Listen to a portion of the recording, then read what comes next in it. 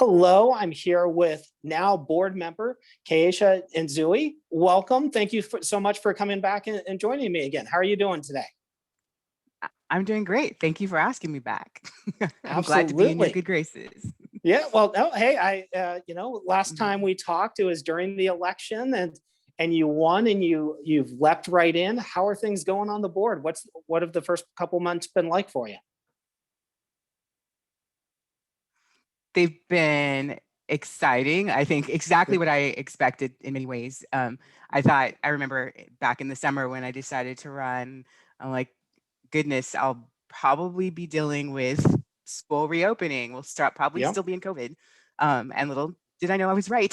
And And so here here we we are. are. So it's Here we never a dull are. moment. Never a dull No. moment. No, I Mhm. did promise you that if you got elected, there You would not be did. dull.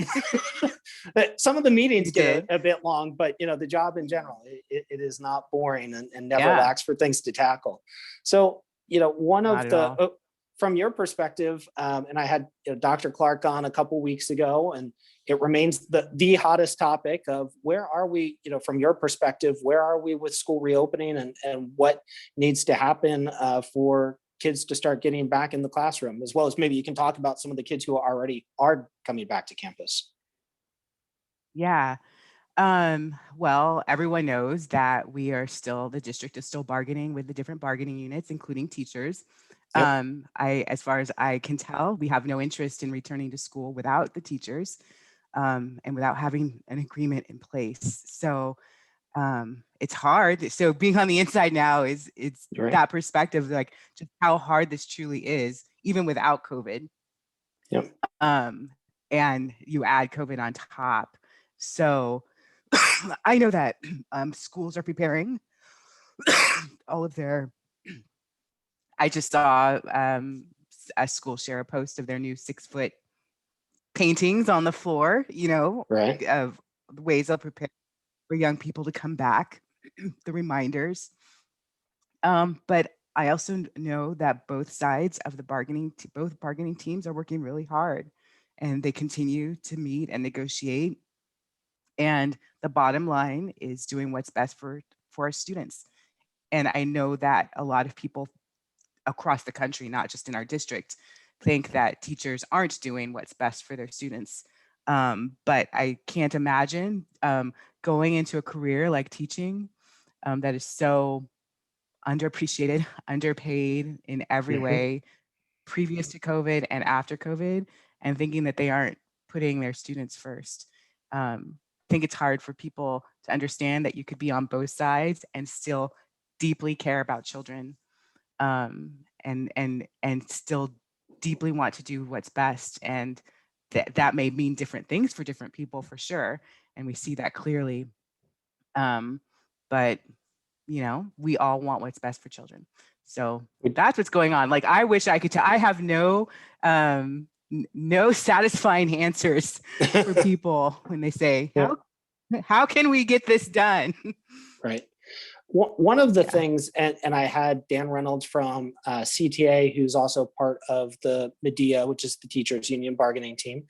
One of the things he talked about was that MEDIA, and they've published this on their website as well. So I'm not sharing anything and not asking you to Yeah. comment on anything that's happening behind closed doors. We want to respect the negotiation process. But the metric that MEDIA has proposed, at least publicly, is that every single city is held to a standard in terms of the color coded Moving from metric. purple to red. Mm-hmm. Right. And when you, especially, in a large district like Mount Diablo, and when you look at, some of the smaller cities within, literally a single person testing positive could tip that. And so suddenly, now that particular city, if you apply that standard, that they would not be in the red. And so that is something I'm not aware of other districts that have applied that same one. And I know with the MOU that we do have in place that the district reached with the teachers union, it was based on a countywide metric. What is your thought, and how realistic is it that we would get to Mm-hmm. a citywide a metric that applies to each single city in MDUSD. Sorry, my internet sucks. Yeah, And I missed that very last part of your question. So the last part was just how realistic is it to get to that type of metric? Is that how a realistic, right? to use the citywide guidelines, which Yeah. I'm not aware of other districts using, be but honest, has been proposed. As I've thought about what other districts use, the districts, as parents are frustrated that the districts around us have opened and their teachers unions are are also CTA members, right? Right. But most of the districts around us that have reopened are much more homogenous. Whether or not they cross towns, those towns have very similar impact of COVID on them, which is cases lower than what we see countywide. And so I wish I knew, I wish I was on the inside to know, did they have the same demand? Because even if they did, I can see how they can get there. Like they already got there, because if you're only looking at the city of Walnut Creek, or you're only looking at Lafayette, Moraga, Orinda, that it's very homogenous and the rates are low, and so that works very well. But we have such disparities between the different cities that so yes, so that's what makes us different. That's how I have no insider information. I don't know what the other bargaining teams in other districts, how they were able to come to an agreement on the metrics that they used, or I don't know what their agreement is. What I mean. Yeah. So in our district, I know that our bargaining team is committed to sticking to the state standard from public health, which is a countywide. Right. I know that would be hard, but I actually see why that makes sense. I actually think it would make sense to have our district lines, so it wouldn't include the entirety of every city, but within our district, are we all red yet? Right.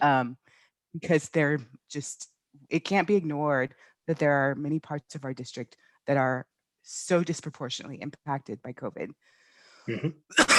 by infections, deaths, job loss, housing, illegal housing loss, because there's a moratorium, but people are still losing their housing, on top of children not being able to go to school. And I can see from my point of view how limiting movement in our whole county, our whole district, can help us keep the numbers low for everyone and keep everyone safe. But and so, which is why I can see the rationale around making sure our entire district has low numbers in the community, and not just our entire county, because it's so not reflective of what's going on right here where our families live. Yeah, and to touch on question, that was a long answer to your what's the likelihood that we use that Medea's response? I don't know that we could or would. Yeah, it seems, at least to me, if we adopted that metric, kids are not getting back in school this school year. They might not be getting them back this calendar year. And we're very well looking at 2022, 2023. If you're talking about that, it could be triggered by the entire district not going back if one person in one city within the district tests positive. So I think that's at least one of the concerns that parents have. But I want to pivot and touch on something else you said. And we see these other schools going back, but one of the things that we've seen is that the districts that are going back, they are, you said homogenous, but I'll go one step further and say they're largely white, they're largely affluent. What sort of impact do you think that race and economics play in the return to school? And can you share a little of how you think about that? I think it's reflective, like that's the same across the country. It's not unique that a district like ours is closed compared to other like districts or is not providing any sort of in-person hybrid, whatever. Again, I think that these districts encompass communities, again, that have very high community spread. And so it's hard to make the case, in my opinion, that, well, it's hard to make the case because we decided that other things are more important. Right. We decided as a country that it's more important that people go to work instead of stay home and be paid to stay home and stay safe. We decided it's more important to have restaurants open or gyms open. And so that community spread happens. So when that happens, you have all these people going to work, mostly Latinx, Black, Indigenous people, immigrants, and they've been working since day one of this pandemic. Because of that, we have high spread in those communities, high levels of infection, high levels of death compared to other areas. I feel strongly that it is not unreasonable to not want to not contribute to those high numbers. And I think that's what's happened. Now you counter that, the kids who aren't in school are those who already had probably poor school experiences and school outcomes before the pandemic. This isn't new. It's not new that Right. schools that have majority not white students are like they were struggling before this, and they're going to struggle after. They're going to have huge inequities afterwards. So this isn't new. And how do we balance? This is a question I don't have the answer to. How do we balance that disproportionate impact for these families and still keep them safe? Now, I know that people, sorry for my long monologues, but I have It's okay. No, lots they're to complex. say. They're complex issues, and I think it's more important instead of just a sound bite. That I think for you to have an opportunity to be expansive. So please. I've seen people say, like, I think that people do believe that, well, I think they believe the data that Black and Latinx parents are less likely to want to send their kids back to school. But I've seen some responses to that, even in our own community, that if only they knew, like, the district needs to communicate better about the safety measures that we're taking and whatnot, like that it's just a matter of knowing. And so that makes the assumption like that we don't know, that if only we knew that there was going to be masks and how much hand sanitizer and what the hand washing protocol is, we would feel safe sending our kids to school.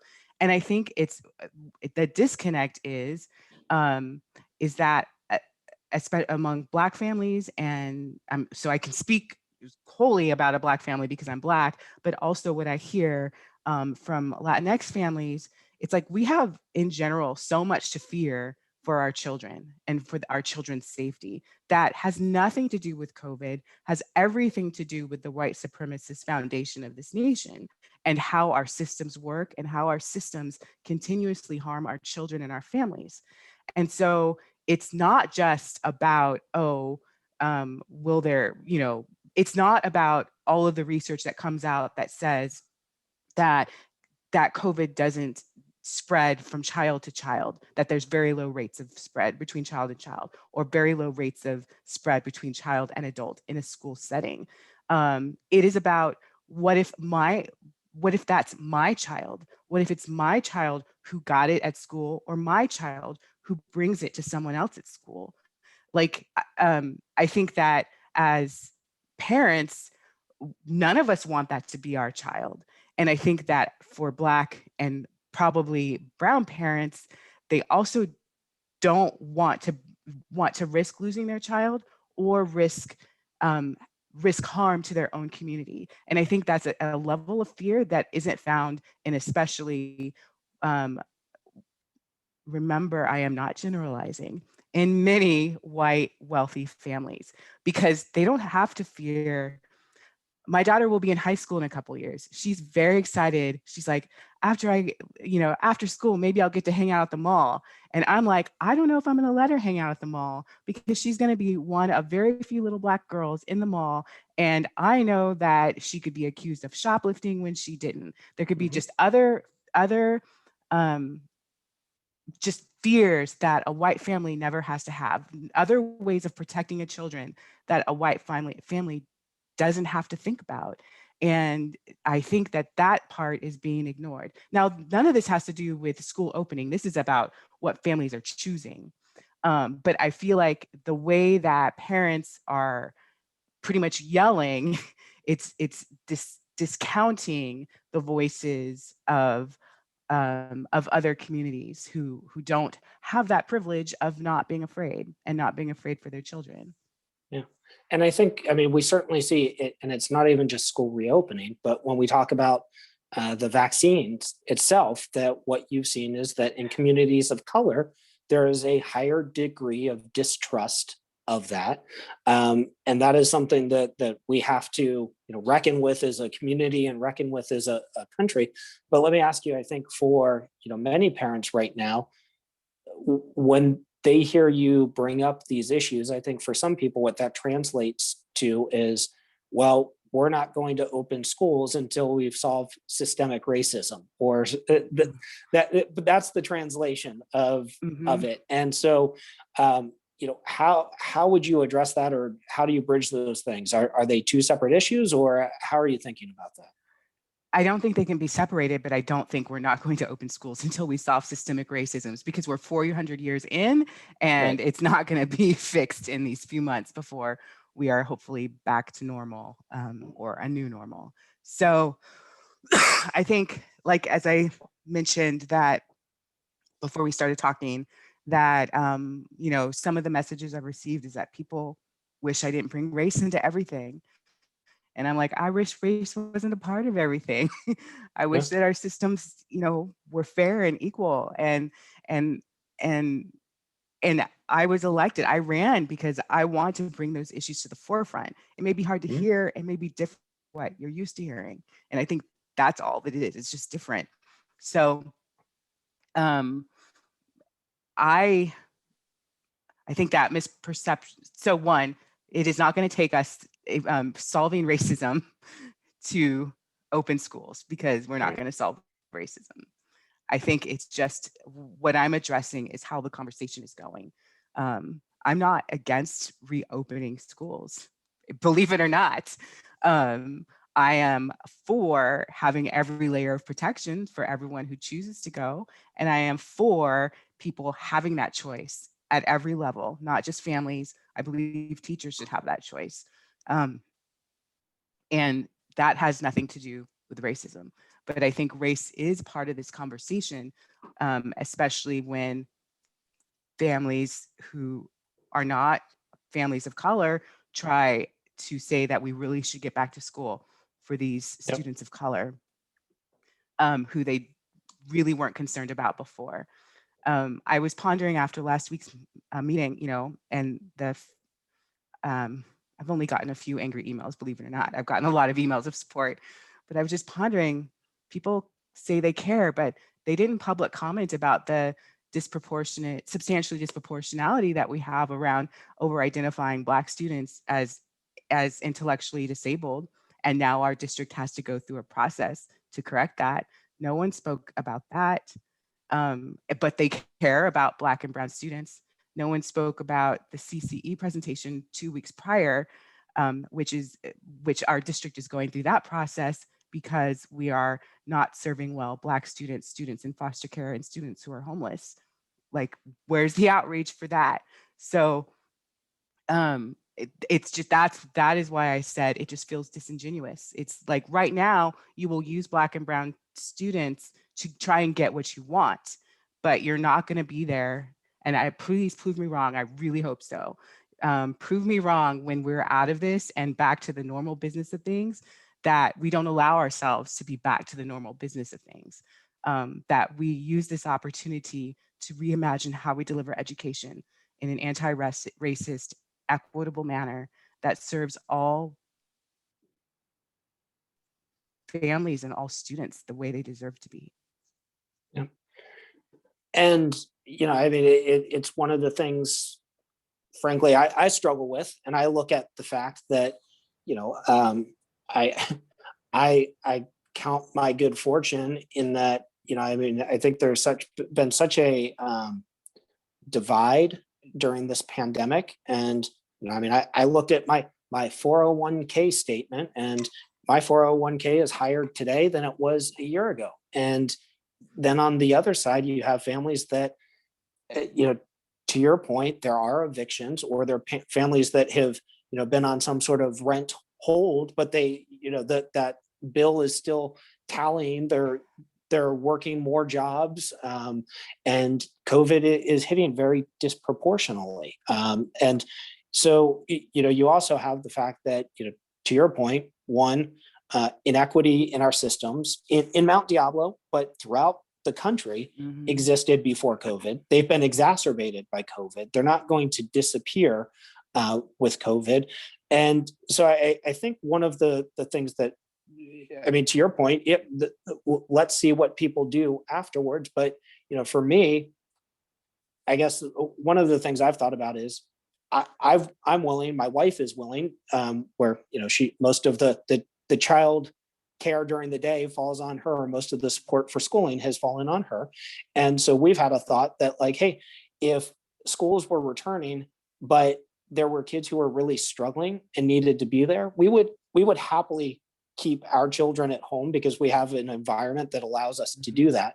But at the same time, I think, and this is one of the things I talked about with Dr. Clark, that there are kids who right now missing out, and this is the children of color, children in the poor areas of our district, who, for them, school is often a refuge. That, having a teacher, having a safe surrounding is a really positive thing. How do you kind of balance those things? And Yeah. is that that's like the huge question that I have no answer to. How do we do that? Will the kids who could benefit most, will their parents send them? Do they need, or what do they need to feel safe sending them to school? So that's definitely, I've talked to Dr. Clark about the same topic. Like, I've searched everywhere. Nobody has the answer. No districts anywhere that I can find has the answer to exactly what you're saying. How do we serve? How do we give the best education possible in this pandemic to the kids who need it the most, because they might have the least support around them, the least resources, in a safe way that works for both the student and their family? I have no idea. And that, if there was a question, what keeps you up at night? That's the one. That's one. That's exactly it. As I'm serious. I'm trying to look for models, and it doesn't exist. It's either open or not, or it's just what we know. And I think none of us have ever been through this, so it's not like there's some expert to go to. Right. Yeah. There's no answer to it. So the 1918 playbook isn't all that helpful. Right. It is not. It's not. And so let me also ask, one of the concerns I have is right now, there are students who are leaving the district. And I think one of the strengths of Mount Diablo is that we are a diverse district, and we do serve students. There are challenges with that, but I think there are also strengths of that. And, for especially, families who, and private school is not an option for everyone. For a single working mom on the Monument Corridor, that, taking her 2 kids and sending them to private school probably doesn't feel like a very realistic option. You might have scholarships and things like that. But for a lot of the families in the more affluent and often the whiter areas of our district, which, if you look at my own neighborhood where, in Northgate, that many of those families are now saying, well, I'm going to go ahead, and if MDUSD isn't committed to reopening, we're going to look at private school. We're making plans for either for now, right during the middle of the school year, or for next year, sending our kids to private school. And I think you reach a situation where if instead of a 30,000 student school district, if you have a 24, 25,000 student school district, that looks a lot different. And it's, there are impacts in terms of job cuts, program cuts, possible school closures, and, these other impacts from it. One, what is your message to those families? And two, do you see a danger?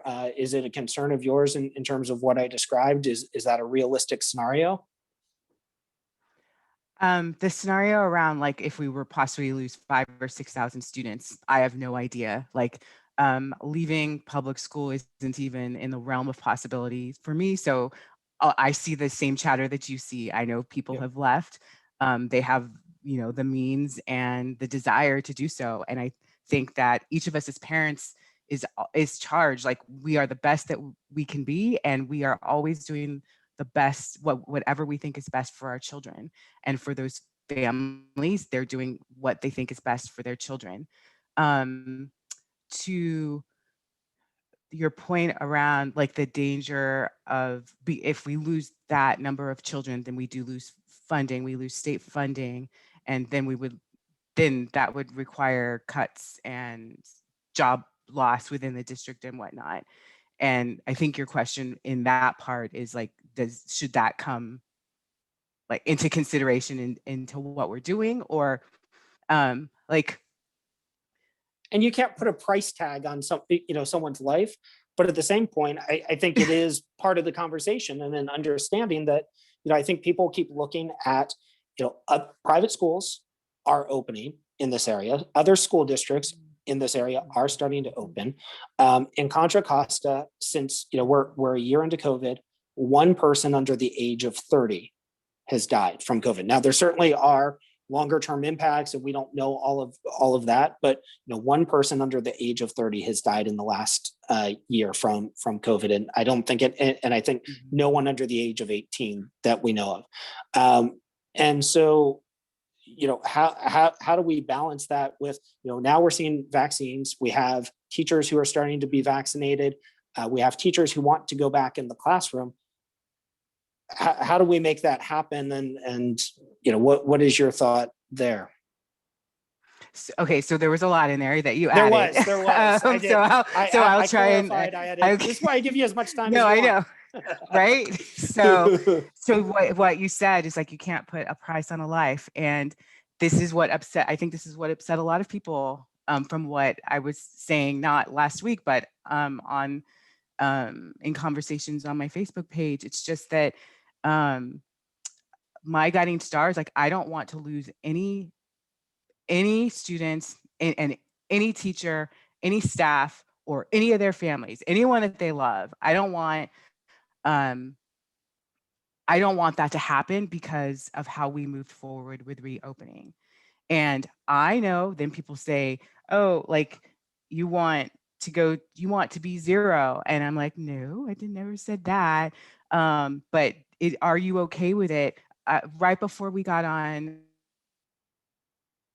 I saw a headline from the New York Times, but I didn't have time to read it. But it's that although the condition is rare, that inflammatory condition that is happening in young people, in children, is on the rise, but it still remains rare. That was the headline. So I haven't read it, but I'm like, it's rare, but do you want that to be your child? Now, I don't. Right. So I will choose to protect my child the best way that I feel I should do that. I do think people should have the choice. I think that it should be a choice, but it should be a choice all around, again, not just for parents, but for teachers as well. There are teachers who would be willing to go back right now. And there are many more who do not want to go back right now. So I think we have to weigh all of the things that you mentioned. We have to weigh the costs of all of this, and not the literal money costs, but just the costs to our community, to our society and everything. And it is likely we will have a declined enrollment. And that's unfortunate that people feel like that the best choice they have is somewhere other than Mount Diablo Unified. But I'm so excited to get out of this and to I don't know if rebuild is the right word, but to really build a public school system that works for our entire community. And that is the best that it can be for our entire community. Because for so long it hasn't been that way. It's definitely worked for many families, and it might be perhaps those families that are choosing to leave because it's not working for them right now. For many families, it's not worked for generations, and I'm really excited to be in such a position that I can help influence making it work for everyone instead of just a few. And how, mixed with your idealism, where does your pragmatism come in terms of, I spent 8 years trying to chip away at some of the same things. And, you look at, hey, I think there are successes, there are improvements, but there's still such a long way to go. So how do you measure, progress versus perfection? And how do you think in Mount Diablo we move forward there? Oh, yeah. Mhm. In COVID, I feel like I would strive for perfection, like just because um, I'm fine for the perfection in COVID because I really care about everyone and everyone's life. But in general, like in the whole public school system, I am all for progress over perfection. Um, I do have rose-colored glasses for sure. I am very optimistic, but I can be realistic. However, I don't let that pragmatism get in the way of creativity and thinking big. If we still keep ourselves in the same box, nothing is going to change. And so we have to, at some point, be willing to take risks, um, be willing to do things differently, be willing to upset a few people. Right. Because in the end, though, I really think we can do big and great things that will benefit everyone. We will be at our best when we are at our best for the least of us. And we're not there yet. We're not Yeah. even close. I am very pragmatic in knowing that if all I get to serve is 4 years, I may, make this much of a difference, but at least the train is rolling in that direction. So, Yeah. And keep moving forward. And I do want to just return real quickly because I think to something else you said. And so I think one of the things when you mentioned perfection, I think a lot of people are asking, well, how do we measure that? Like what's the metric around that? And saying it's going to be 100% safe for everyone.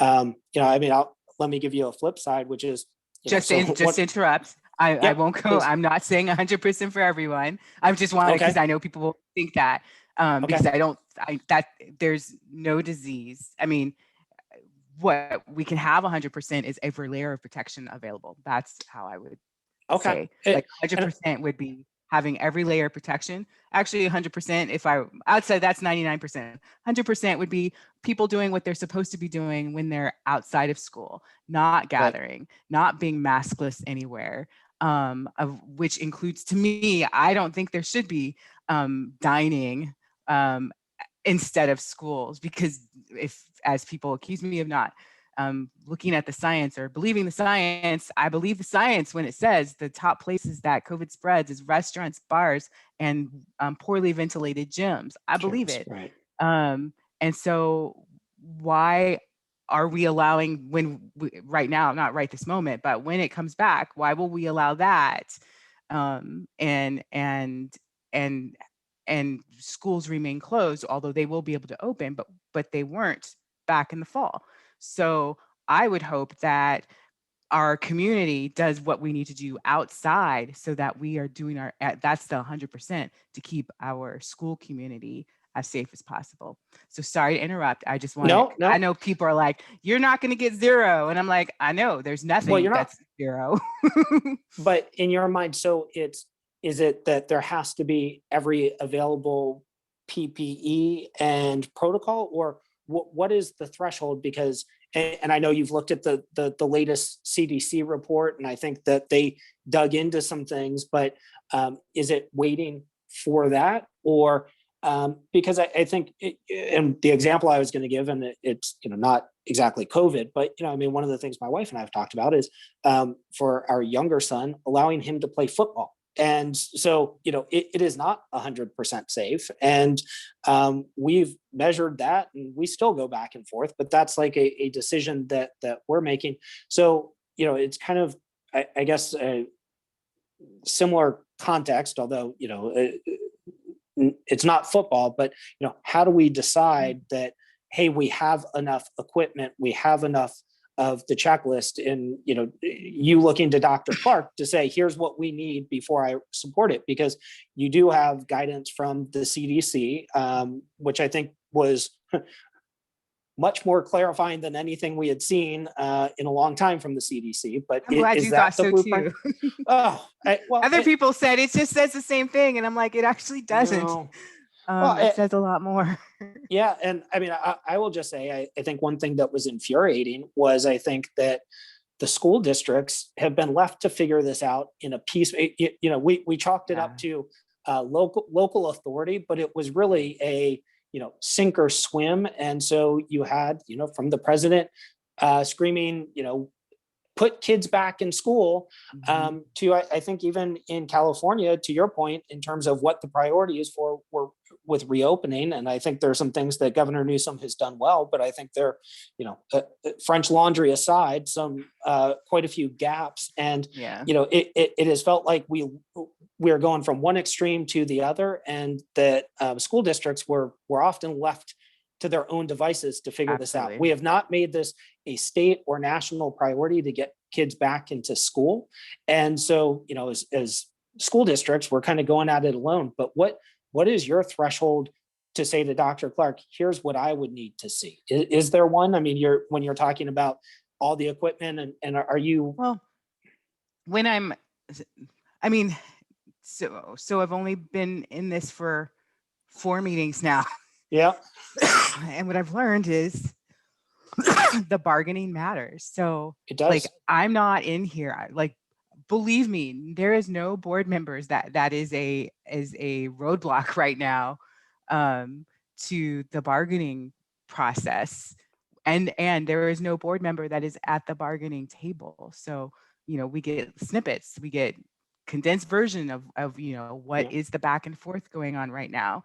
And so in fact, your question is more relevant to what would make me send my daughter back to school is to how are we going to reopening, because we cannot reopen without our teachers. We could. Right. We're choosing not to reopen without our teachers. I would never, I cannot see a case where I would disagree with an agreement between the district and the teachers. And believe it or not, the other bargaining units, there's more people that work at school. Yeah, it's not just teachers. And that reopening impacts. So they're getting the brunt of it, but we have to do right by everyone who's in our community. And I'm eager, just as eager as anybody, to see some sort of agreement come about. And I think it will come about. I'm hopeful it will anyway. I have no crystal ball.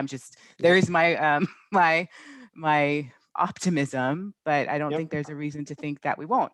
Will it be on the timeline that parents want? Absolutely not, because we're not open today, and we could have opened last week if we had an agreement in place and we're ready, but we're not. Yep. We're not going to open in February, clearly. Maybe we'll open in March. I have no idea. But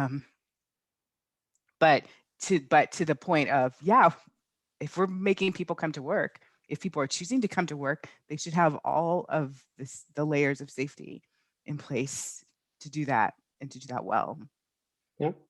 Well, I just want to say thank you for coming back again and taking some more time with me. And I shared with you when I was on the board, it was an entirely, during my 8 years, an entirely white board. I only served with white women, and I think that the community that you come from, both geographically and in terms of your background, is one that has been incredibly underrepresented. And I just, much like you, I'm sure didn't agree with everything I said and did when I was on the board. I'm not going to agree with everything you say and do while you're on the board, but I just think it's really important to have a different perspective. And I'm just, I think you're doing a courageous thing and standing up and sharing your beliefs and speaking up for people who haven't always been represented, and working working through some really difficult problems and